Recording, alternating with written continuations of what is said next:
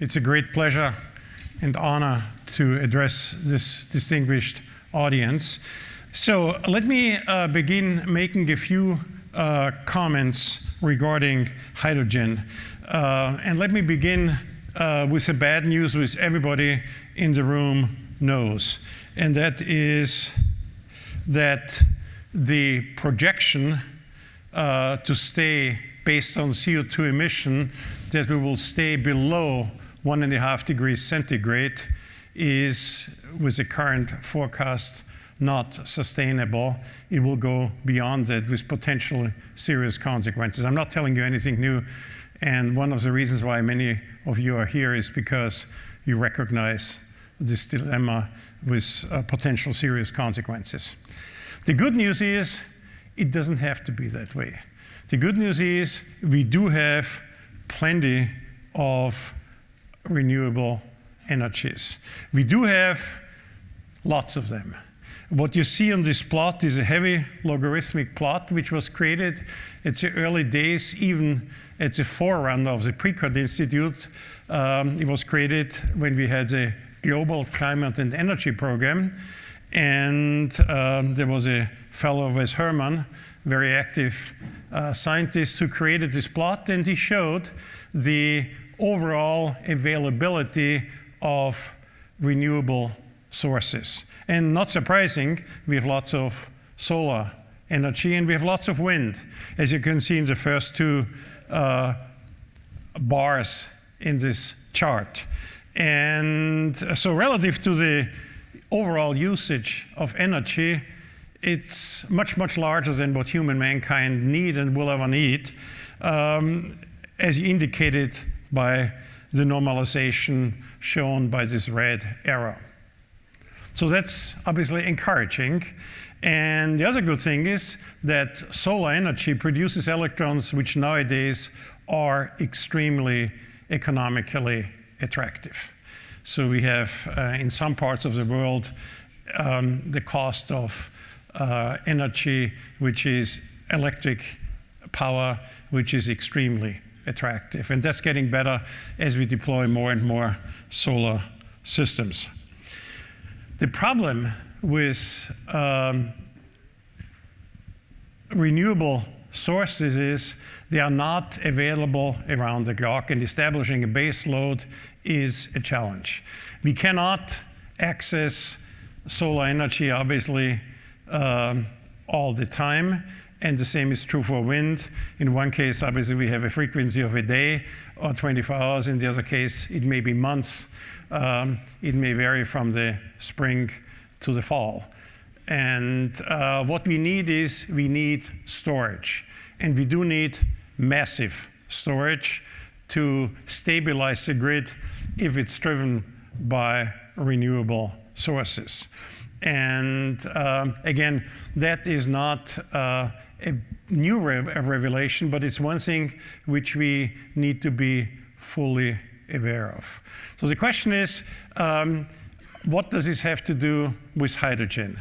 The hydrogen economy has been discussed for extended periods of time.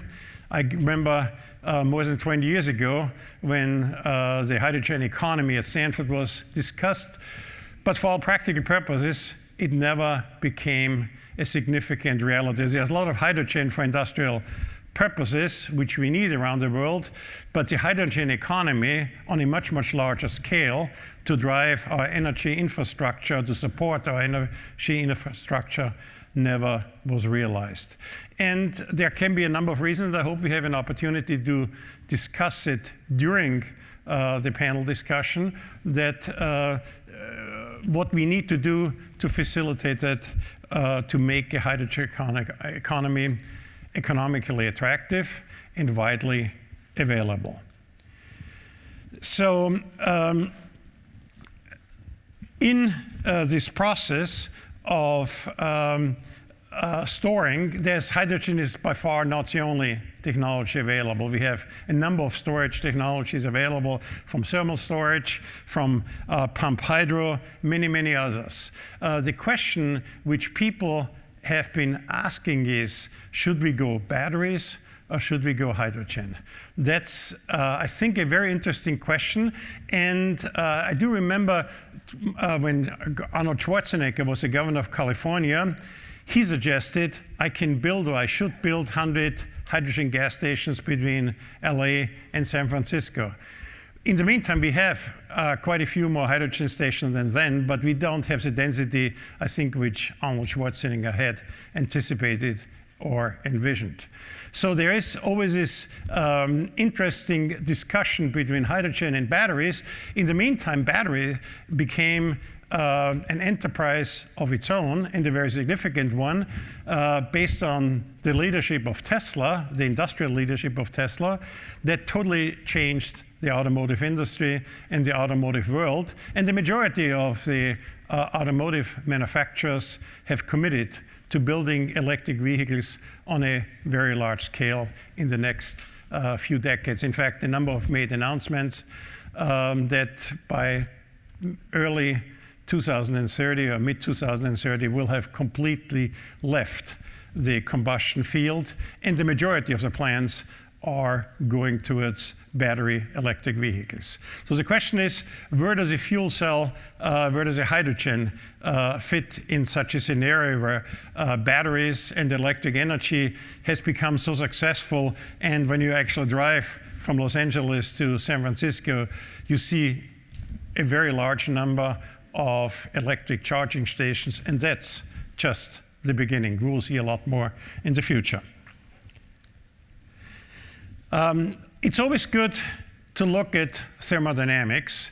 It's always good to see what are the relative trade-offs, what are the benefits, and what are the downsides. When you look, for example, hydrogen versus batteries, it's always good to look at first principles. And I'm referring here to a slide which was some data which was produced by NREL, certainly a reliable source of information from my perspective. And what they did is they compare the round-trip efficiency.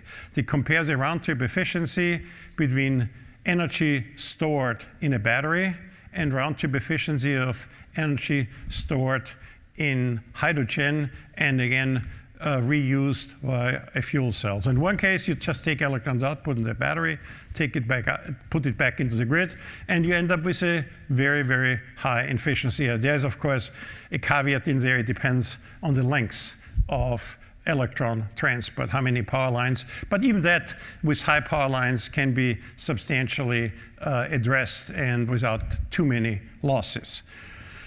So that's the round-trip efficiency of batteries is in excess of 90%, which is certainly a remarkable accomplishment. When you talk about hydrogen, the story is not as favorable.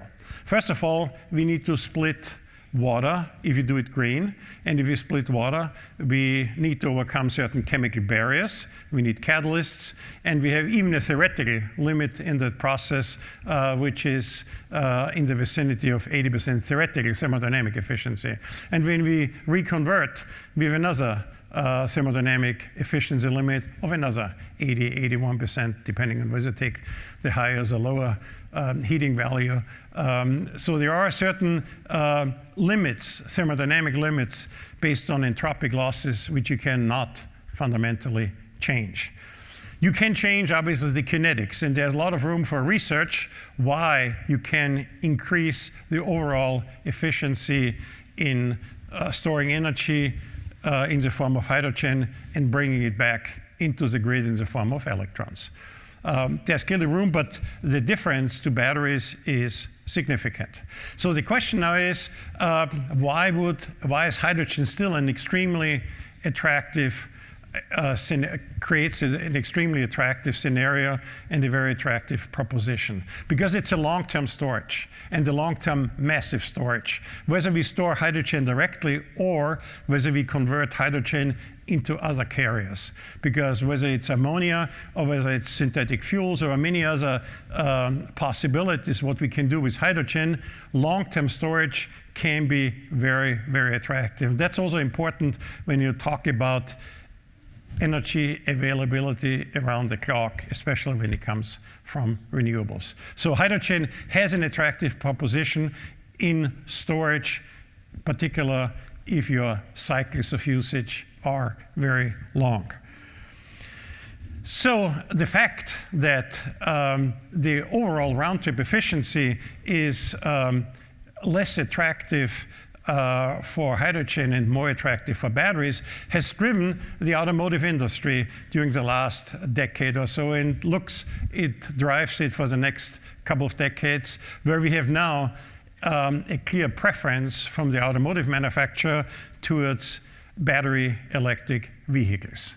And the infrastructure is growing. The benefit, of course, with battery electric vehicles, because we can charge many of them at our homes, certainly in America where we have lots of individual homes. So that's an attractive scenario, and you see the result playing out at quite an attractive pace. The hydrogen opportunity exists when you have long-term cycles and when you need, for example, very high power density. Hydrogen offers certain attraction, especially when you think about planes. I do know many of the large airframe manufacturers are looking at hydrogen, direct combustion of hydrogen at the moment quite intensely. I do believe there's an opportunity for hydrogen in trains. There is an opportunity for hydrogen in heavy trucks.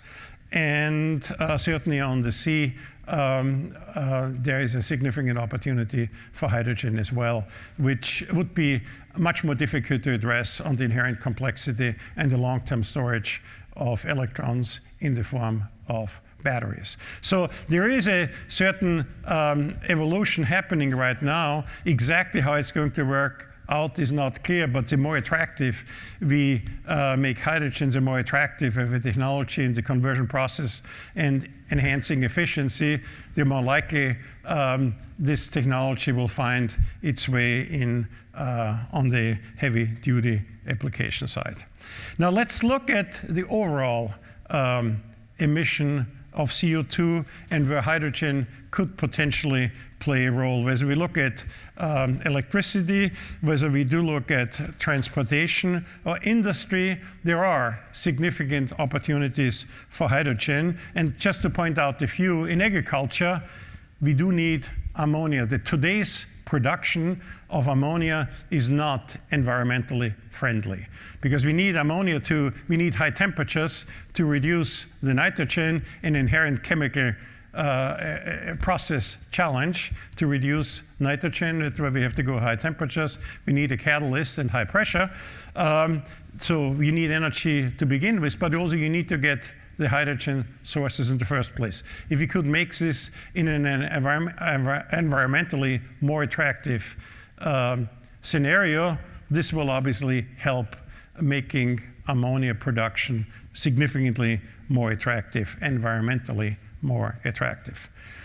Now, we have not only the agriculture as a major application, we also have massive, as I just indicated, massive long-term energy storage. Hydrogen is, despite its lower round-trip efficiency, is economically very, very attractive. Heavy-duty application I just mentioned in transportation is a very attractive proposition as well. I do believe in passenger cars, it's going to be an opportunity, but in all likelihood, the way things are going right now, and if you look at the plans, automotive industry has announced the battery electric vehicle will likely dominate in the next couple of decades. And here is one very interesting scenario, and that is processing of ore to make metals or other materials, which is naturally oxidized when you dig it from the earth, and it needs to be reduced. Right now, when you talk about steel making is a major offender in terms of CO2 emission. How can we do it? Well, we can use hydrogen directly for steel making, for reducing iron oxide. To reduce iron oxide, hydrogen lends itself as a very natural candidate, and the first prototype plans to replace coke in facilities, in prototype facilities already exist. I do know one facility in Austria. I think there's another one in Sweden.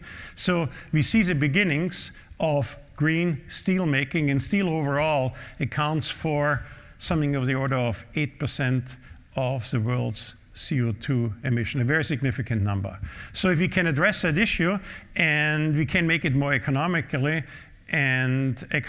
attractive, that would be a big boost in terms of CO2 emission reduction.